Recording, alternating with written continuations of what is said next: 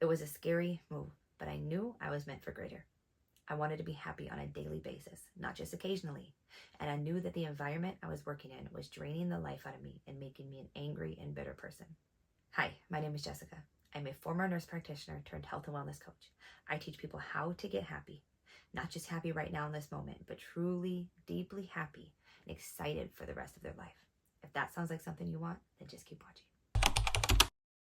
So a little bit about me. Ever since I was a kid, I knew I wanted to be a nurse. When I got through high school, there was no question. I was going to go to nursing school.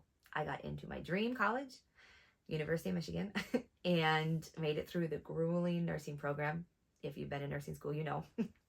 Made it through that program and started working as a nurse in the hospital that I wanted to work at, and it was wonderful. I worked for a couple years in Ann Arbor before moving to Texas to pursue my master's degree to become a women's health nurse practitioner. I worked for about 5 years in a less than rewarding community health clinic where we were underpaid and overworked. And then the pandemic hit, and my already dwindling passion for nursing plummeted even more. Nonetheless, I changed places of employment and kept working as a nurse practitioner for a few more years after that. I figured I'd already been doing it for so long, I might as well continue. But every day was a struggle. Every day was a chore to get up because I did not like what I was doing anymore. I was having way too many negative thoughts that you don't really want to think, uncomfortable thoughts about why am I here? Why am I doing this? The only thing that was giving me joy was my kids. If you have kids, you know that they do really bring you joy, but that can't be the only thing, because when that is the only thing, it feels like you're not doing the best that you can, like you're just a shell of a human. To top it off, I knew I really wanted to help people stay healthy before they got into the healthcare system, before they were sick. But while working for these, bigger healthcare organizations, there wasn't really the opportunity to do that. They have their protocols and their set rules that you have to follow, basically.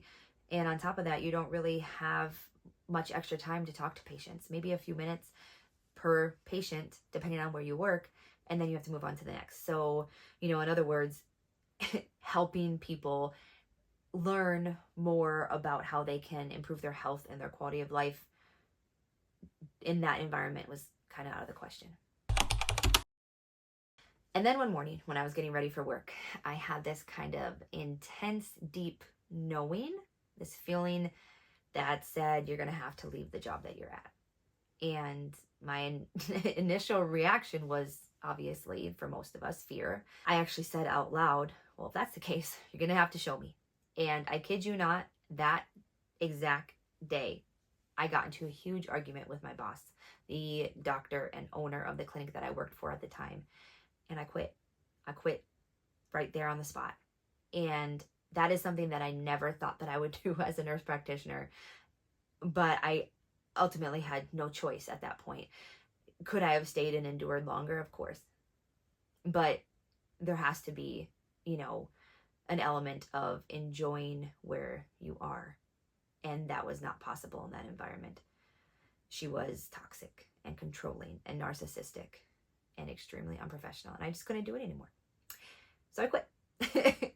And it was probably one of the scariest moments of my life, not knowing how we were going to pay the bills, what I was going to do, how I was going to tell my friends and family. But the other thing is, I knew at that point that I wasn't going to be in healthcare anymore. So that was an added layer of all of those feelings.